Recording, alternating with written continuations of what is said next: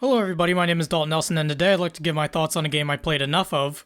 That game being Disney Fairies, Tinkerbell, for the Nintendo DS. Tinkerbell was developed by Genius Sonority, published by Disney Interactive Studios, and it is an adventure game.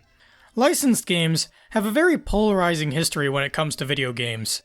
No doubt there are some great licensed classics, like the THQ WWE games, GoldenEye, and the Batman Arkham games, plus more. But there's also a lot of trash as well. I haven't played many licensed games recently in my life, so when a friend genuinely recommended I play Disney Fairies Tinkerbell, I thought, what the hell, it's cheap, it's out of my wheelhouse, it'll be something interesting at the very least. However, things started really becoming interesting once I looked at who developed Tinkerbell.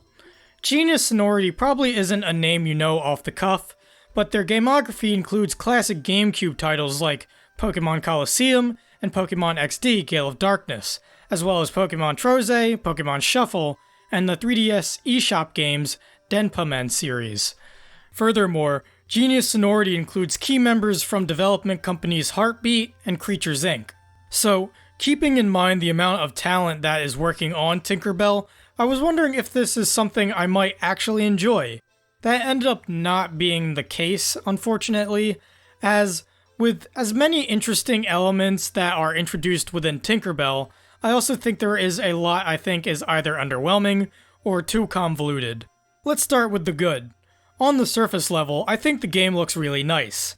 I like most of the character designs here, with a few either being too dull or creeping into the uncanny valley, but the best character designs have some nice color association going on with them, as well as some memorable faces that you can always know who the key fairies are. And the models look very nice as well, up close and even from afar, where they do start to look a little blurry, but you can still make out key features and tell who that fairy is. The backgrounds of the game also look very nice. They're static, they don't move, but I think that works to their benefit, as they look like some classic Disney matte paintings. Plus, there is a variety of settings the game plays with, as each section of this fairy world, Pixie Hollow, is divided into 4s. Each section represents a season, and every screen seems to always have something different to show to the player. I also like the music of the game a lot. The instrumentation, as well as the very whimsical compositions, remind me of something that would come out of a Paper Mario or an older Square title.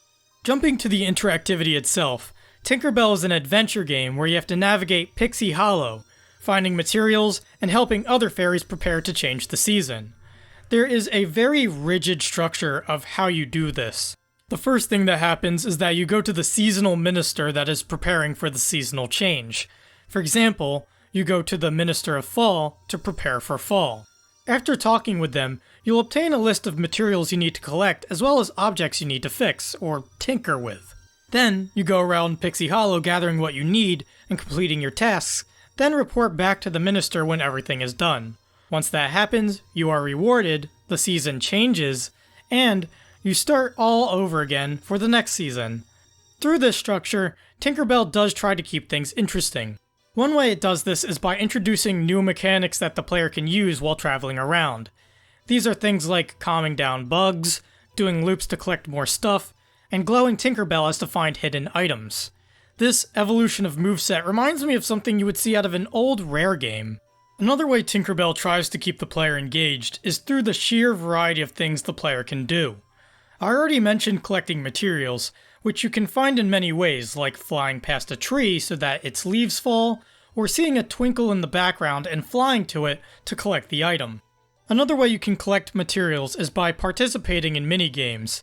There are a few key fairies that will ask you to help them with collecting dewdrops, painting ladybugs, and mining for rare materials, and upon completion, these games will net you a whole array of different items. And there are quite a few different mini-games the player can partake in. These minigames aren't even exclusive to material collection. Fixing items are minigames in themselves, where there will be these set tasks the player has to complete in order to fix the item they're working on. And as the game goes on, there are more tasks added to these fixing games, creating a decent scale in difficulty. There are also time-specific events and dialogue, as well as being able to make your own clothing and set trends, giving gifts, and improving friendships. However, try as it might to have all this going on, I still don't think it is enough to break the otherwise very monotonous and repetitive flow the game has, and that's because of a lot of the game hinges on completing the seasons.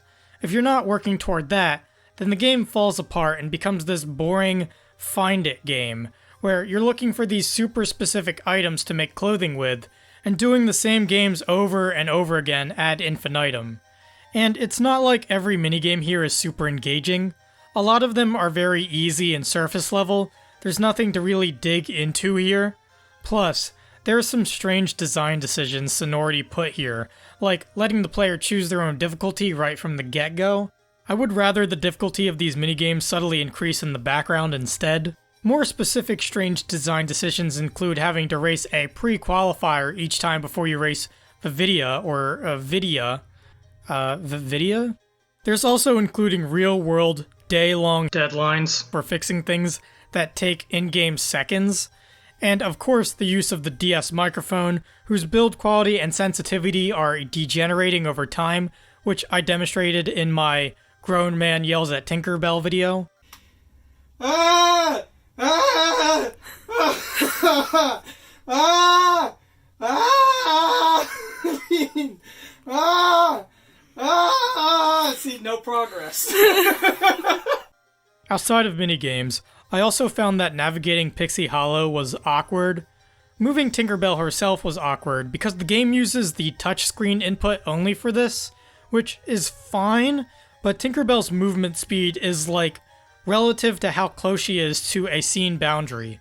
Meanwhile, getting from scene to scene is done by moving to these boundaries, then tapping on an arrow that shows up when Tinkerbell is close enough to prompt it. Thus, I found myself fighting often to get Tinkerbell close enough to change scenes because she kept getting slower and slower the closer she got. But I also think navigating the world itself is a little confusing, mostly because of how you move about Pixie Hollow is essentially in a circle. There are normally only about 1 or 2 exits you can go to for a scene, but there are also these little breakaways that specifically doesn't feel right. Like, I'll be on one side of the map, change scenes with one exit, and be on the whole other side of it. These breakaways also don't work flow-wise, as it interrupts the circular movement of the world navigation, and makes the trip feel unnecessary. To make matters worse, one of the most important locations of the game is Tinkerbell's house and workshop, which, according to the world map, is on the bottom right of the circle, so you'd think you'd be able to move to it from the main path. But instead, you have to break away into the hub of the world where you can travel quickly. It's the only way to get to and from Tinkerbell's house. It's very convoluted when it shouldn't be. Which brings me to my next point. Tinkerbell's target demographic is clearly young kids, yet the amount of information they're expected to remember, as well as the information presented to them, doesn't reflect that. For example, it's really hard to find the exact materials you need to progress the game. Even for an adult, Tinkerbell will ask you to find objects you don't know how to get. There were multiple times I had to go to online forums and guides to find what I needed. You just kinda have to know where to find something, or you have to remember which fairy gives what, which is also hard to memorize.